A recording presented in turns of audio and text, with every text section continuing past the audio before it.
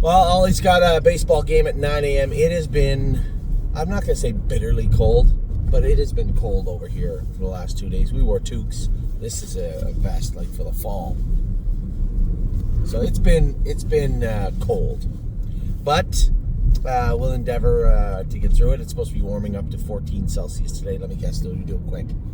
14, 28, 32 is 60. So warming up to 60 today by late morning.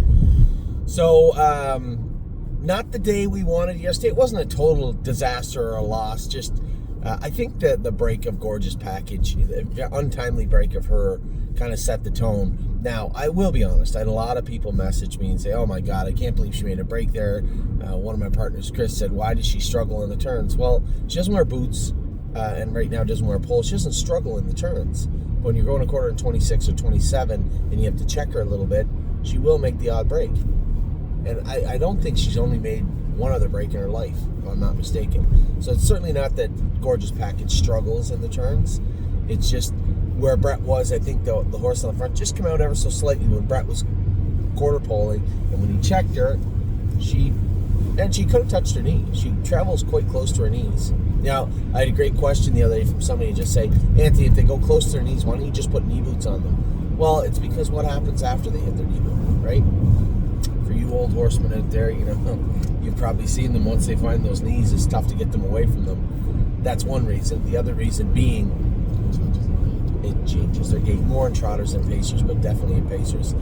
As a driver when I was young, I used to drive a lot of horses for Bill Robinson. Not a lot. I drove some on the B track and then a little bit at the A track towards the end of his career, and he would never put them on unless they absolutely needed them. And I remember this old trainer of his coming up, and I said to him after the race, I said, "Hey man, geez, we got to get a set of knee boots on this horse." He said, "Well, I'll tell you what. I can give you two pieces of advice. The first one would be, don't worry about it. And the second one would be, don't call Bell and tell him to put knee boots on this horse." I said, "What do you mean?" He said, "Well, that's just how he is. He's not going to put them on. And it's not like the horse was marking himself up, right? But I could clearly see in the mile once or twice, left right here, I could clearly see in the mile once or twice that he did get into his knees." So, and I've driven for other people that have just put knee boots and shin boots on them, just because. I know one trainer for sure I drove for forever, and I've driven the horses, and they never wore anything, and they come out with knee boots and shin boots on. And I said, "Hey, I don't think this horse wears knee boots." He does now. That's just the way it was. So it's personal preference, but when it came to Gorgeous Package, I would suspect if we looked very, very closely, she probably has one little mark on her left knee, and it's just where Brett checked her going around that horse. The bigger problem with what went on yesterday is she doesn't love to race like that. 27, 55, 123. I didn't boil over after the race because of the break after watching the race. I've driven her enough to know she loves that 28, 58, 125, 53. She does not love the 27, 55. Once you stretch her and then come to her again down the back stretch, she's not a big filly, and she's not a big fan of getting roughed up. Where are we going here, boo-boo? Oh, okay. This isn't the way I came. So, so the break by Gorgeous Package, although I believe it wouldn't have been a great day for her possibly in the mud. I believe that. It did set the tone for what was kind of a mediocre day. Now, there were some high points. Patrick de Piranha hasn't raced that good in a very long time, so good job by Jeremy Indoff yesterday. 50-4 in the mud, 27 in piece in the end of it. Been a while since Patrick's touched 50-4, especially on a rainy day. The track was listed sloppy, but I would say it probably wasn't that sloppy. Maybe a little bit, but the meadow's a little bit like Mohawk. You get a little water and silt almost on top, and then the track gets kind of firm, and that's when they go fast. So Patrick was great. We started off our day with Aunt Lily. I'd asked Jason, I said, "Hey, what happened in the last turn?" She was trotting good, and then all of a sudden she gapped, and then he moved her to the outside, and he had to slide in the middle. And he said, "Well, I guess somebody roared, was horse going to make a break, or something was going on." Tyler cinched her up for a second, and once he cinched her up, she just shut right down. I said, "Wow, that's odd."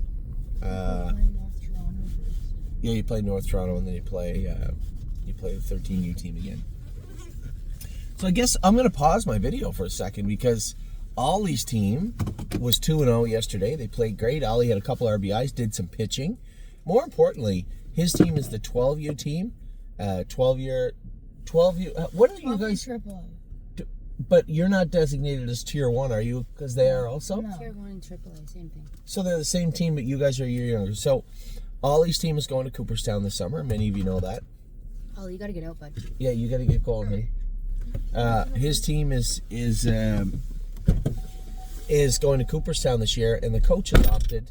I guess there's a number of reasons why. The reason I took was just for a little more competition. He moved the 12U team into 13U for this year, which was a little controversial. I know there was a lot of the parents were a little undecided about if they like the move or not. But being the coach is much like being the trainer, right? Whatever he thinks is best for the team is best for the team. Pretty sharp guy. So now the cool thing was they played the 13U, the actual 13-year-old 13U team yesterday here and beat them. What, 5-2? 4-2, something, 4-2, I think? 4-2. 4-2, yeah. 4-2. And those kids are so much bigger than Ollie's team. Like a foot. Yeah, it was crazy how much bigger they were. And Ollie's team beat them. So a great day yesterday. It was cold. Kind of, you watch Gorgeous Package make that break, and Aunt Lily raced okay. So the day I'm like, the day's starting out okay. Those are two decent fillies that beat her. And then Gorgeous Package makes that break, and it's so cold. We had a toque on yesterday. I had to dig this out of the closet. It's going to be a little bit warmer today, but still a little bit chilly. So it's been a decent weekend. Patrick the Piranha, I was surprised how well he raced. So I was happy there. Rock Shining Star got pinned in. Man, you could tell Miami Valley's so tough because they don't give an inch, first off. And which is fine, that's racing. When you make front and there's two coming, you have two options. You can dispose of them, just leave them out there, which happens all the time at Miami Valley, or you can cut one loose. When you cut one loose, the problem is the second one might be cut loose also. Now you're sitting third on the inside, and that's the worst, is to leave hard with your horse only to be in a position where you got to come first in again. And it's not a position you want to be in. Unless your horse is tons the best, you've sealed your fate. You have to sit and wait. And there's not a lot of room. I noticed afterwards, Brett got up the inside to win, but he must have went through a pylon. They placed him first place fourth. So there's no passing lane at Miami Valley, and it is it's a tough place to race. So I saw Kane get away. You just get that weird feeling in your stomach, like, oh, this isn't going to turn out well. And it didn't. He didn't get out yet. Finished fifth, beat 2 lengths, 52-2. But that was just racing. In that particular instance, and again, it may not work anyway. The guy in the front probably wanted to race in the front. You can just float over leaving, let those two clear over and come hard. But again, you've already two-moved your horse, regardless of how soft you've gone. So his decision to stay in was probably the right one. It just didn't work out. Oh my God, if that dog's gonna get the squirrel. No, he's not getting any squirrel. You ever seen a big white dog run down a squirrel? I was trying. Yeah. Trosa raced good. Talked to Harry and Daniel last night. Still showed a little bit of mucus and blood, this horse. How good is this horse? He paced 50-4, come 26-4. Raced pretty good for being sick and having a little bit of blood in there last week, and then showed it again last night. So I guess that just also, remember how people always say, oh, just give them time off and they won't bleed anymore. Yeah, I think Daniel and most people... That horse had a year off. Yeah, wait a long time off. But I know they were forced to because they were over there, but I'm just saying that's kind of the consensus here too. Like, oh, if you give them time off, they won't bleed. You're starting to get into the spring where your allergies were bothering you, right? And they bother the horses. Creates a little mucus sometimes. Now, maybe he was sick, but even if he wasn't, creates a little mucus, puts a little more added pressure on the airway. Before you know it, they bleed. The only way to combat that is, that I found anyway, you need to draw the blood, make sure the white count isn't up, make sure that he isn't a little bit sick. Or you can just go ahead and put them on sulfa, very mild, broad-span antibiotic. But you have to dry them up, right? Put them on the nebulizer every day. And I tell Jason this all the time. We have 2 horses in Ohio the same way. When you train them, you have to train them on Robinol. If you're going in 25, you can give them a little Claudol. Claudol's most like holy water. We're just going to pray. Give them a little claddle, and then we always scope them after to see how they look, see how we're going to address. We reassess and address how we're going to treat that airway moving forward. And obviously this is stuff Harry does too, but the vet isn't at arm's length all the time at Mohawk or at Northfield when you're training. So you may treat the horse with dexamethasone if you're far enough out from the race. I find that does be like not quite a puffer, but what would Dex be? Well, it's a cortisone, right? So it would help clean up that airway. Combine that with a little bit of Lasix or Robenol or Claudol. Go out and train the horse. You usually don't see any blood. Now, you don't see any blood, maybe a little anti-inflammatory after, and then continue on the process that you're on. We have the horses on Step Up, a lot of them. What's the cattle wash filly's name? Riding the Rodeo? Step Up all the time. She always has mucus in her nose, and I'm just always worried because I know where that leads in the summer. So it's dissipating. Cindy's being very aggressive with it. Nebulizer every day. Has her on like 2 or 3 supplements, and hopefully one of them will do the trick, or all of them will do the trick. So it's just, you have to be more structured and aggressive when it comes to a horse like Trosa. But the overall message for me is, how good is this horse? If he's going to bleed a little bit, have mucus in his throat, pace 50-4 and come 26-4, a very, very nice horse. Vehement race good, but Jason, you can see he was a little more shuffly last night. Jason said it rained hard and the track just turned to concrete. The track just got hard as a rock, and I knew that Vehement would struggle a little bit. 58 in the mud's kind of where he's been anyway, but it didn't really look like a factor. So I said to Jason, just to be sure, let's draw his blood, just to make sure he didn't tie up or anything. Secondly, have Dr. Mike maybe go over Vehement, make sure that he isn't due for any maintenance work, and then I think we'll be just fine.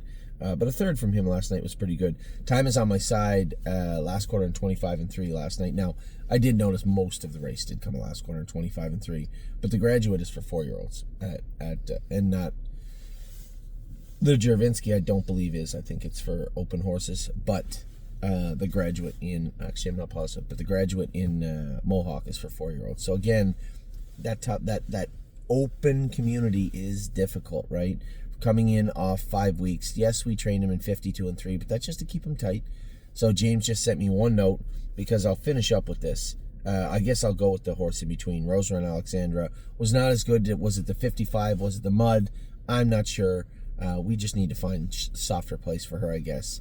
Again, I think leaving, stuffing her in the 5-hole, it's not Justin's fault. He drove the horse perfect, as good as you could. Just not her preferred trip. I found she does her best work anyway, second or third, hunting, or when Chris was on the front racing her. I think she is going to continue to get better, but it's just going to be a slow process. So back to time. Time raced good. I thought he raced good. I didn't want to bother James. I watched JK Victory. He did not race good. Was he short? One of our clients said, Anthony, I'd like to leave him at Mohawk because he just still looked a little bit short. Here's the thing. I would tend to agree with you if we didn't know JK Victory. There just seems to be surfaces and tracks he does not get over well at all. And he looked a little off to me last night. Obviously, there's some work needs to be done on him, but he just didn't look super comfortable, right? He looked forced coming out of the gate. He looked a little bit rough. James sent me one very short note. It was polite. It was right to the point. He said time was awesome. Happy with him. Other horse can't get over Mohawk. That's what he said. And again, when I'm trying to formulate where I sit on this, it's as simple as this. We've already seen this movie, right? I was hoping that this would be a little bit better JK Victory. I was hoping that he was going to be able to overpower the field a little bit. They went in 50-51. They're going to go there again next week. I think we just have to take a serious look at whether we want... And here's the thing, as Amy said to me a couple weeks ago, she goes, it sucks that we have to ship horse here, ship horse there. It's $500-$600 to ship them. Okay. It's $0 if we waste our starts. So if I can recognize this as maybe... I can call it my mistake, but was it my mistake? I think I made the right choice. It just didn't work out. So I think the easiest thing to do is just take it all in and say, all right, it's not the end of the world. He just didn't get over Mohawk as well as we hoped he would. He's going to drop down a class at the Meadows. My biggest hope is that he gets over Scioto. Gets over Scioto, we have a horse for the whole summer. And that's what I'm hoping for. I really hoped and thought that he would do in that class last night. It was mildly obvious to me coming off the car there was going to be a problem. And then by the time we got to the last turn, I may as well just turned it off. So, not a big deal, but it was disappointing. I hoped he would get over the track, and he just simply didn't. So I'm more, you can hear how I'm talking. I'm more leaning towards, we'll just take him back over there, race him at the Meadows, or just put him in to go at Sayota next week. That is likely, one of those two scenarios is likely what is to happen. I don't view it as wasted as much as just unfortunate. So yesterday, didn't hang up any ones, that's for sure. But Aunt Lily was good, raced pretty good. Gorgeous package, just very unfortunate she made that break. But as I said, I still would love to run it back, but it just is one of those things. Track was a little hard with the rain. Brett had to check her. I would suggest she probably touched her knee, get out of gear, and made a break. And we just have to be cognizant of that moving forward. But overall, not generally her style of racing is where I was going with that. Patrick de Perona, best race he's had in a very long time. So a big thank you to Jeremy, and a great job by Tim. We've been trying our hardest just to see if we can see a flicker, a glimmer of the old Patrick around, and we haven't seen it for a while. But it was pretty evident yesterday in the fact that he could have been a pretty decent, okay fourth, but he was a good third. So a great job by everybody involved with him. Rock Shining Star, we just got to get some racing. Trosa, we just got to clean him up. Vehement, I suspect just a little bit of maintenance work, and old Vehement will be fine for next week. Roser and Alexander, we can get her back into that condition claimer. She'll be just fine. And time is on my side. I can't glean a true understanding of where James feels with him. And again, now you have to put him on a half-mile track, but what I took from him was a short message. He was very happy with time is on my side. Certainly looked like he was running over them at the wire, so he'll be in good spirits heading into Flamborough. And JK Victory again. I think we just gotta move him back up out of there. So with that, I'm gonna let you guys go. Amy and I are going to finish off your videos right now. We're going to talk about the 2-year-olds, top 10 list, and opening. I get lots to talk about, and Amy you can tell, I just can't keep her quiet. She's just chattering like crazy over there. Little Facebook, little TikTok, what do we got going on there? Just checking in. No, just checking in. There's such a thing as portable, Portable what? like round pins.